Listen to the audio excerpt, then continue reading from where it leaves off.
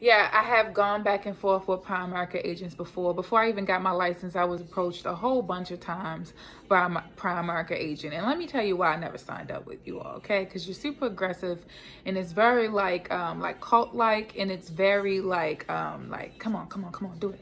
Sign right here. Yeah, let's go. Don't worry about it. Sign up. Be an agent. You know, extremely aggressive.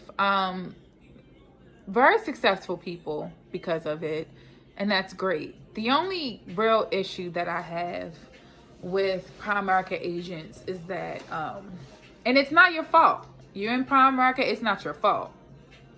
You come in and you get a license and you sell term insurance only because it's coming from the head that term insurance is the best thing ever. That's what you should buy, invest in difference and all that. And it's a lot of people that go hard about that theory. Buy term and invest the difference. Great. I sell term insurance. That's great. But let me say this. It's a lot of agents that's coming into poverty areas. It's a lot of you agents that's selling my family term insurance and not telling them where they can invest the difference, not telling them where they should look to grow their money. Okay, they don't have a Series 6 license, so they don't get paid to tell you to do that. They're only going to tell you to invest it, and they're going to take their term policy right out the door after you sign the dotted line, and that's all you're going to have. So this is what term insurance is. It does not last your whole life. It lasts for a certain amount of time, maybe 10, 20, or 30 years. And guess what? The insurers are already on it. They already know who you are, what you're about, if your license is suspended, if your MIB report, your Medical Information Bureau, if it has a lot of information that would show that you would become sick or ill or any type of that. If you travel a lot, yeah, sometimes they know. And what else? Yeah, so basically they already assessed the situation. So if they approved you, that's because they feel like you're not going to die and they're going to win the bet. Why not? They're a business. They're in it for the money at the end of the day. So if you're paying for term insurance and you do not win the bet, they're bored with you. Then you have to revisit buying life insurance. And they're like, okay, so how old are you? Let's see. If you have anything in your MIB which can pass up anytime, you can always go into the doctor's office and say, hey, I had some unprotected sex last night. I just want to go ahead and check myself. I just want to see if I got any HIV or anything, you know? Well, if those results come back and you do have HIV and you don't have life insurance, then, hey, you're pretty much screwed. And guess what? You don't have life insurance if you lost the bet. You don't have life insurance if you went 10 years and then you just let it go. Like, that's it. That's it. Insurance over. 10 years, you know, it's guaranteed renewable. So what happens is they can automatically renew you. Okay, so they'll tell you that. I won't take that away. They can automatically renew you. However, sometimes you get rolled into what's called an ART, and that's an annual renewable term insurance. And what that means is every year will go up on you. So, of course, it's going to be cheap in the beginning. It's going to be like $25. And the next year, $50. Next year, $75. Next year, $125. Next year, $300. That is how that goes. That's the annual renewable term. It's an art. And yes, they sell it. And I'm not telling you no lie. And term insurance is great if you know where to put the rest of your money. Rest of your money, this is what I'm telling you. If you buy a whole life policy and you're paying $50 a month, but you're paying it for all your life, okay? They're going to sell you a term. It might be $30 a month, all right? For way more, you know, you won't get $250,000. You get $500,000 for $30. You're like, oh, this is great. You know what I'm saying? Like, who wouldn't want to do that? A person that doesn't know where to put the 20 to grow it is who would not do that.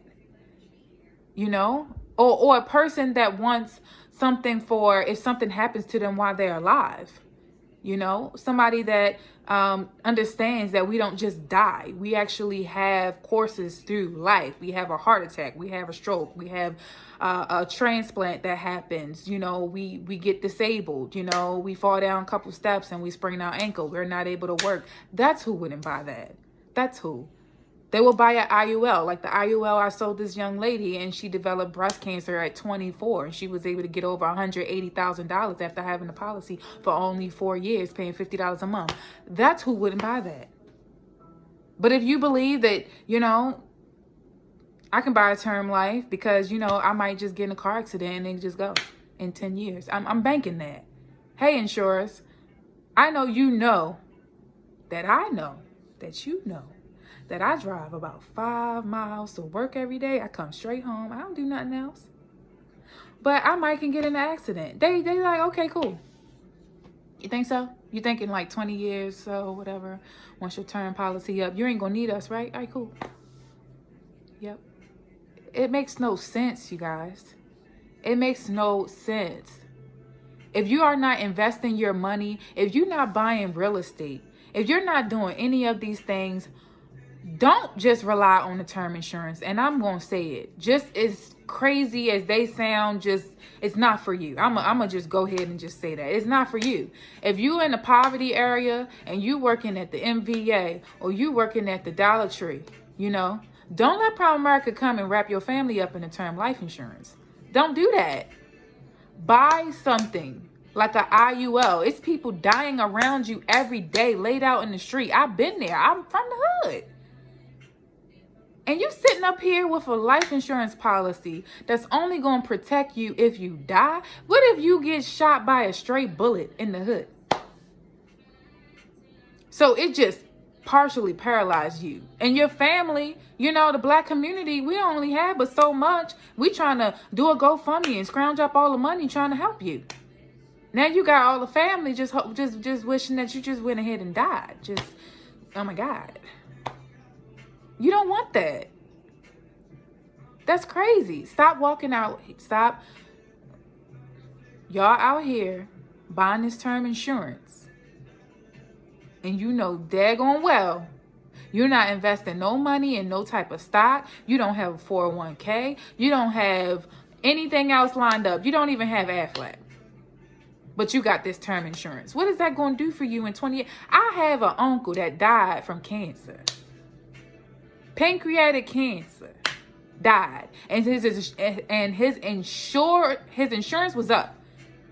His insurance was up.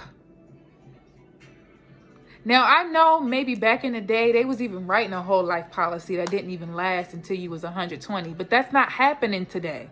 And Primerica has a really ancient, like, dinosaur complex. Okay? Your policy is lasting till 120. Your policy is paying you while you're alive for terminal illness, chronic, critical.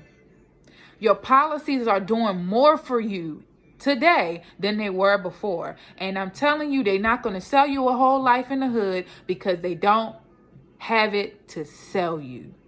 And you got to be careful when somebody is going really hard on trying to sell something to you and telling you what you have is not right, and they're converting it, which is really illegal.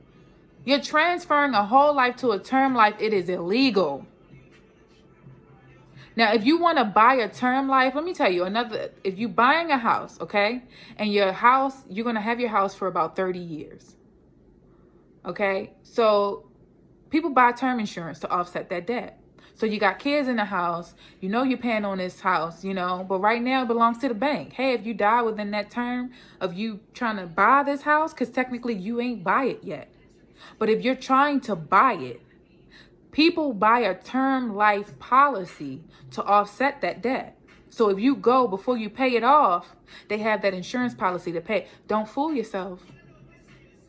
Don't be out here fooling yourself thinking that you don't need life insurance, because it's your house is going to be took. The bank is going to take it. It's going to go to the state.